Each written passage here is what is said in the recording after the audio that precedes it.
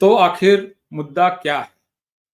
मुद्दा ये है कि किसान आंदोलन और उससे जुड़ा हुआ सवाल एमएसपी किसके लिए, क्यों और कब तक? आखिर मिनिमम सपोर्ट प्राइस जो है उसका तर्कशास्त्र क्या है? क्या वो एक सही पॉलिसी है? और अगर है तो वो कब तक जारी रहेगी? इसी सवाल पर आज हम लोग बातचीत करेंगे और इस टॉपिक को हम लोग गंभीरता से समझने की कोशिश करेंगे कि ये किस तरह से भारतीय राजनीति का सवाल इसमें बेशक नजर आ रहा है, लेकिन मूल रूप से भारतीय कृषि और अर्थव्यवस्था का सवाल है। एमएसपी का जो सवाल है वो इसलिए भी महत्वपूर्ण है क्योंकि भारत की लगभग आधी से थोड़ी कम 45% आबादी खेती पर निर्भर है और एमएसपी उसके जीवन को किसी न किसी रूप में प्रभावित कर रही है।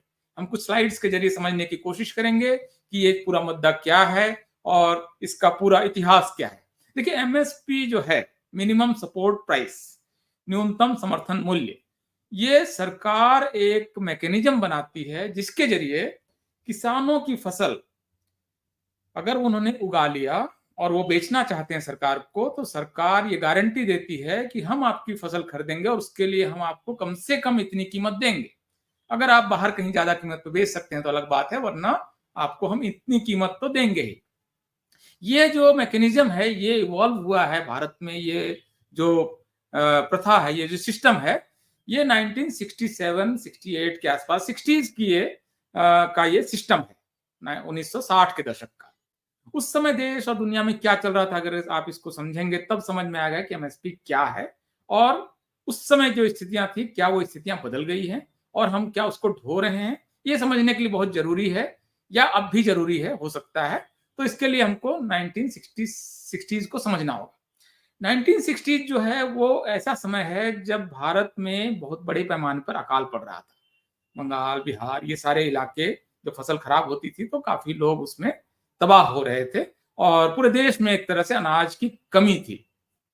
तो अनाज की कमी की वजह से और तमाम इसकी वजह से, क्योंकि बहुत नेहरू अर्थव्यवस्था बहुत धीमी गति से चल रही थी और बहुत गरीबी व्याप्त थी, बहुत संकट था। तो ऐसी समय में जब अनाज हमारे पास इतना नहीं था कि हर किसी को हम खिला सके, भारत की सरकार जब इस कार्य में अक्षम थी, भारत के किसान जब इतना उगा ही नहीं रहे तो सबको कैसे खिलाएं, तो विदेश से अनाज आना शुरू हुआ।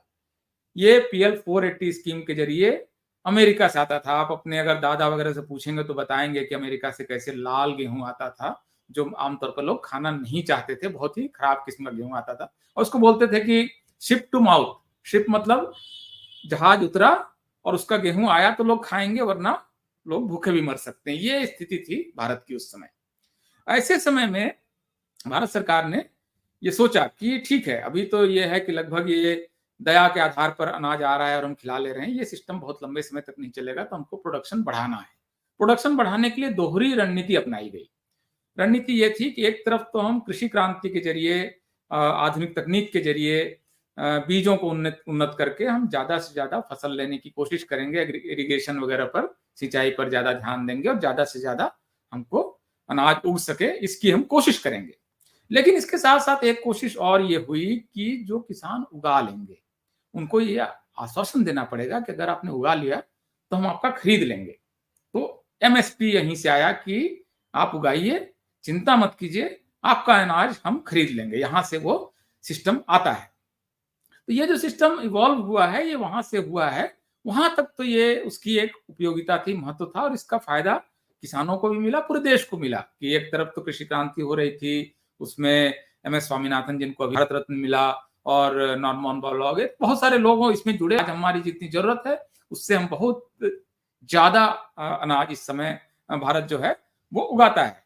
तो ऐसे समय में सवाल ये उठता है कि जिस समय चीजें बदल गई हैं, अब हम उतना अनाज उगाने लगे हैं कि हमें अब कोई कमी नहीं है, तो ऐसी स्थिति में क्या हम इस पूरे सिस्टम को जारी रखना चाहेंगे। एक आंकड़ा मैं आपको दिखा रहा हूं, जो फाइनेंशियल एक्सप्रेस में ये खबर छपी कि जो एफसीआई के पास चावल का स्टॉक है, वो जितने स्टॉक की जरूरत है उससे 5 गुना ज्यादा स्टॉक हमारे पास जमा है। पिछले साल की 1 जनवरी का ये आंकड़ा है, वो लगभग इस समय और बढ़ चुका है। तो आपकी जरूरत थी 70 लाख टन की और आपके पास 400 लाख चावल आपके पास सुरक्षित है। तो भारत में इस समय गेहूं और चावल की जो स्थिति है, उसका बफर स्टॉक असल में इतना ज्यादा है कि इस समय भारत के जो गोदाम है, देखिए गेहूं की भी स्थिति जो है वो लगभग उसी तरह की है।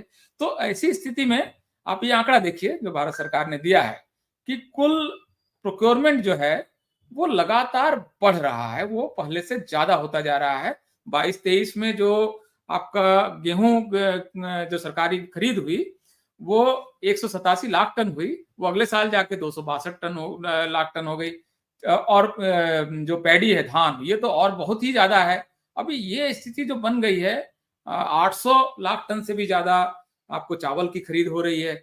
अभी इसकी वजह से समस्या ये हो गई है कि भारत में अनाज जो है वो जरूरत से बहुत ज्यादा असल में अनाज इस समय स्टॉक है, और चूंकि गोदाम तो उतने हैं नहीं, गोदाम आप कितना बनाएंगे, तो बहुत बड़ी संख्या में अनाज, बहुत बड़ी मात्रा में अनाज इस समय सड़ रहा है भारत में, और वो बर्बाद हो रहा है क्योंकि आपकी एक रिक्वायरमेंट है। और इस समय एक और महत्वपूर्ण मैं आपको दिखाता हूं कि जो राज्य हैं, इसको आप फुल स्क्रीन पर देखिए तब आपको समझ में आएगा क्या स्थिति है।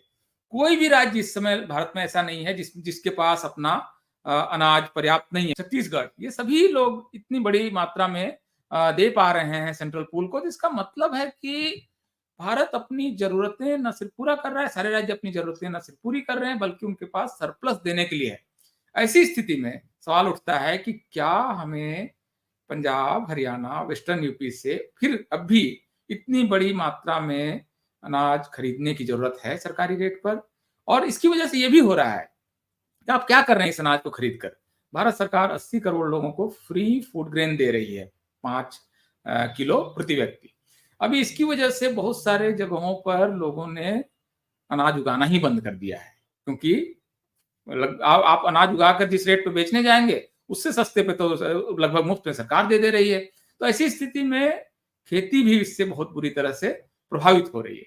दूसरा बुरा असर ये हो रहा है कि देखिए, पंजाब, हरियाणा और वेस्टर्न यूपी ये सब चावल या धान के इलाके नहीं है, लेकिन क्योंकि आपके पास अब इस समय लगभग फ्री बिजली है और इरिगेशन की व्यवस्था हो गई, नहरें आ गई हैं और आपके पास टेक्नोलॉजी है, तो आप बेहिसाब यहाँ पर धान उगा रहे हैं। धान उगाने की वजह से आपका वाटर टेबल अब नीचे जा रहा है और पानी अब ये जो है का स्तर नीचे जा रहा है। इसके अलावा चूंकि धान गेहूं का जो साइकिल है, इसको पूरा करने के लिए आपको फिर बीच में जो स्टबल है, जो पुआल है, उसको आपको जलाना पड़ रहा है ताकि आपका अगली फसल आप ले सकें। तो पॉल्यूशन भी उसकी वजह से बढ़ रहा है। पूरे उत्तर भारत में, खास करके दिल्ली के आसपास 400-500 किलोमीटर के एरिया में जो पॉल्यूशन है, वो भी इसी धान गेहूं के साइकिल की वजह से आ रहा है। तो ये जो पूरी जो समस्या आई है कि इसकी आदत एक्चुअली जो है लगभग पड़ी हुई है सरकार को भी देने की और किसानों को भी लेने की। इसकी वजह से जो पंजाब हरियाणा के किसान हैं वो ज्यादा लाभकारी फसल जो हो सकती है या भारत को जिसकी जरूरत है। अभी मैं आपको एक आंकड़ा बताऊं, संभवतः वो मैंने कहीं पर लिख रखा है। 10 अरब डॉलर का जो भारत है वो तिलहन विदेश से मंगाता है। जो सरसों, तिल, ये सब जो प्रोड्यूस है, ये विदेश से आ रहा है, क्योंकि आप किसान इसको उगा नहीं रहे हैं। और जबकि पंजाब हरियाणा की जमीन बिल्कुल सरसों के लिए उपयुक्त है। तो ये जो आपकी जो फसल का पूरा पूरा तंत्र है वो बिगड़ जा रहा है, क्योंकि आप आर्टिफिशियली कुछ फसल की कीमत को आप ऊपर किए हुए हैं। और इसमें एक्चुअली बहुत सारा वेस्टेड इंटरेस्ट भी है, बहुत लोगों को बहुत तरह के फायदे हैं। और आपको जैसे मैंने एक आंकड़े में दिखाया कि ये लगातार आपको जरूरत हो या ना हो, आपको ये बढ़ता जाएगा। आपकी प्रोक्योरमेंट हर पिछले साल के मुकाबले इस साल आपकी बढ़ के जाएगी, और आपको रेट भी हर साल आपको बढ़ाना पड़ेगा आर्टिफिशियली, जरूरत हो या ना हो, आपके पास गोदाम हो या ना हो, स्टॉक आप रख पाए या ना रख पाए। तो ये एक खास इलाके से निश्चित रूप से उसकी एक बहुत बड़ी भूमिका थी भारत में खाद्यान्न के मामले में, उसको आत्मनिर्भर बनाने में। लेकिन क्या अब एक तरह से उनका जो योगदान था उसकी भरपाई नहीं हो गई है? क्या वो पूरा नहीं हुआ कि आपने ठीक है अच्छा अनाज उगाया, और अनाज भी इसलिए उगाया क्योंकि सरकार ने वहां इन्वेस्ट किया, वहां पर जो नदियां थी उसके नहर निकाले, बड़े बड़े डैम बनाए, भाखड़ा नंगल वगैरह डैम, इतने सारे डैम बनाए। इसकी वजह से आप यहाँ पर आपकी फसल ज्यादा हुई, उस फसल को खरीदा गया, उसके वजह से आपके पास समृद्धि आई। लेकिन इसके अब जब हमको पूरे तेलंगाना बहुत ज्यादा वहां पर धान की फसल है और बेहिसाब है, वो मतलब इतना ज्यादा प्रोडक्शन है कि तेलंगाना एक और स्टेट को खिला सकता है। अभी वहां पर आप हरियाणा का चावल क्यों ले जाना चाहते हैं? इसमें समस्या है। इसको हमको दरअसल समझना पड़ेगा कि आप आर्टिफिशियली पूरे अर्थव्यवस्था को अगर आप ट्विक करने की कोशिश करेंगे, इधर मुड़ना, उधर मुड़ना, आप कहीं न कहीं इसको मार्केट पर छोड़िए। मार्केट में हो सकता है कि उससे किसानों को नुकसान होगा, ज़रूरी नहीं है। दुनिया के बहुत सारे देश, ज़्यादातर देश एमएसपी जैसी कोई मेथड नहीं है। किसान वहाँ पर खुशहाल हैं। ज़्यादा मतलब वो अनाज उगा रहे हैं, टेक्नोलॉजी पर इन्वेस्ट कर रहे हैं, देख रहे हैं कि मार्केट में कौन-सी फसल ज़्यादा महँगी बिकेगी, उसकी तरफ जा रहे हैं। तो ये जो एक मार्केट और खेत के बीच जो एक संतुलन बनना चाहिए, उस संतुलन को आप अगर सरकारी तरीके से आप बनाने की कोशिश करेंगे, तो मार्केट जो है वो कई बार बहुत अच्छा लेवलर है। वो एक सिस्टम जो इवॉल्व कराता है, वही ज़्यादा टिकाऊ सिस्टम है। सरकार आर्टिफिशियली जिस तरह से एमएसपी के ज़रिए किसानों को, और दिल्ली के आस-पास होने की वजह से यहाँ के किसान थोड़ा डिस्प्रोपोर्शनेट इन्फ्लुएंस भी होल्ड करते हैं। उनको थोड़ा कुछ लगता है तो वो लाख 2 लाख आ जाते हैं। यही अगर तेलंगाना के किसान अपने अपने डिमांड को लेकर आना चाहे तो वो कैसे आए? तो उसकी माँग तो कहीं पूरी नहीं होगी। तो ये असल में समस्याएँ हैं। इसको इसको मेरे ख्याल से बहुत सुसंगत तरीके से इसको हल करने की ज़रूरत है। ये किसी के लिए भी लाभकारी नहीं है। एमएसपी का जो पूरा सिस्टम है, इसकी वजह से फसल जो अनाज है वो बर्बाद हो रहा है। गोदाम में आपके पास जगह नहीं है। आपने खुले में रख छोड़ा है एफसीआई ने जगह-जगह पर, और आप देखते हैं लगातार खबरें आती है ना कि इतना अनाज, इतने टन अनाज सड़ गया और उसमें अंकुर उगा है, पानी पर आ गया तो पानी में भीग रहा है, सड़ रहा है, तो और वो दीमक खा गए। ये जो हो रहा है वो क्यों हो रहा है? क्योंकि आपके पास उस स्टॉक को रखने की कैपेसिटी नहीं है।